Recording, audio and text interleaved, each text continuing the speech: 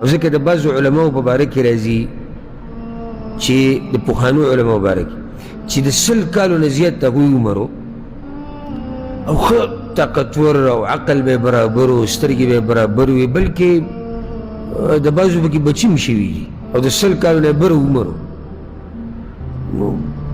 یو پیر پکې یو عالم کشتۍ ته ختلی و عمر یې 100 کالو نه بره نو دی چې د دې کشتۍ نه کوزېدو نو دا خلک ورو کوزېدو دی چې ټوپ و نو چا ورته وویل سبحان الله دې عمر کې په دې عمر کې ته د کشتۍ نه ټوپ وایې نو هغه داسې راونیو ورته وویل دا اندامونه موږ په ځوانۍ کې ساتلي دي رب العالمین راله په بوډاوالي کې ساتلي دي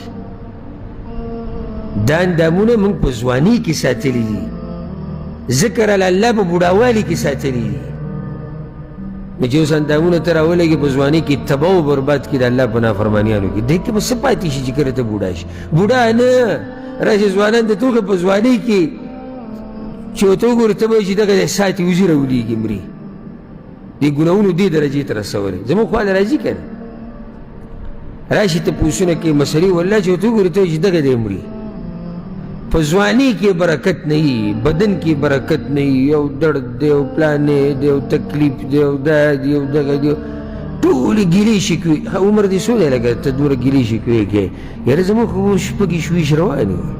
نو په شپږ شویشتو کې ستا دا حال دی په 13 کې ستا دا حال دی په 40 کې ستا دا حال نو ته چې 50 نه واوړې ستا به څه حال د رب العالمین د دین خیال ساته هغه به ستا د دې بدن خیال ساتي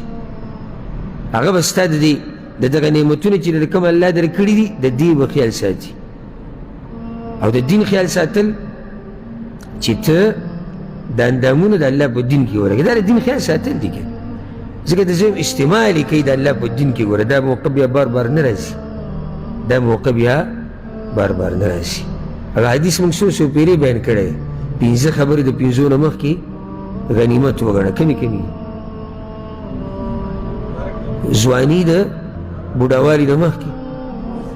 روغ صحت د بیمارۍ نه مخکې غریبي د مالدارۍ نه مخکې مالداري د غریبۍ نه مخکې مرګ د ژوند نه مخکې او فارغه وخت د مصروفه کېدو نه مخکې د اوچت نعمتونه دي چې دا د غنیمت وګڼه که دا ځواني او دا روغ نعمت دا روغ صحت مزې به کوې بیا به چې کله بیمار شوې که نه او بوډا شوې نو غم به دې دومره نه ځکه چې تا په ځوانۍ کې هغه څه کړي دي چې ته پرې خوشحاله یې چې اوس دا ځواني ما ورته تباه و برباد کړو دا روغ صحت ما ورته د الله دین دپاره استعمال نه کړو او بیا موږ بوډاګان شو یا بیماران شو زموږ په زړه کې به څومره ارمانونه پاتې شي که نه که ته په هر څه کې استعمالي او تا نه تپوس کېږي نو ولې په ښه کار کې نه استعمالي لکه ته دا سوچ هم مه کوه چې زما دا روغ بدن دی بس دا داسې دی زه به هر څه کوم چې څه مې وکړو بیا خبره ختمه شو خبره ختمېږي نه د دې بدن الله تپوس کوي قرآن کې الله څه وایي ثم لتسألن يومئذ عن النعيم هغه ورځ به الله تاسو نه تپوس کوي د څه مبارک د نعمتونو مبارک د دې به تپوس کوي إن السمع والبصر والفؤاد كل أولئك كان عنه مسؤولا الله وی دا غوږ دا سترګې دا زړه زه به ګوره وي د هر څه مبارک یې تپوس کوم دا مه ضایع کوه دا ښایسته صحت دا روغ صحت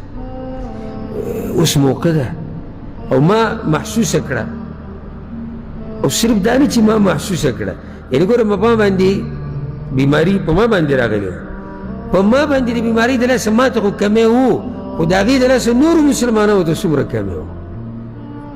کوم چې دین زده کوو کوم چې بیانونه اورېدو کوم چې د دین طالبان او دین زده کوو دا نه چې د هغوی صحت خراب و صحت زما خراب و کمی هغوی ته و نو چې ما ته به څومره کمی و دا چې معمولي سخته راغله او تکلیف راغی نو ګوره ډېر لوی ارمانونه به وکړو چېرې ما دا کړی وی ما دا کړی وی ما دا اوس ته سره موقع شتي ښه دینداري پکې وکړه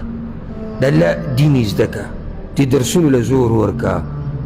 چې کوم عبادت ته مخې له راځي هغه کوه ځکه چې اوس ته ځوانۍ کې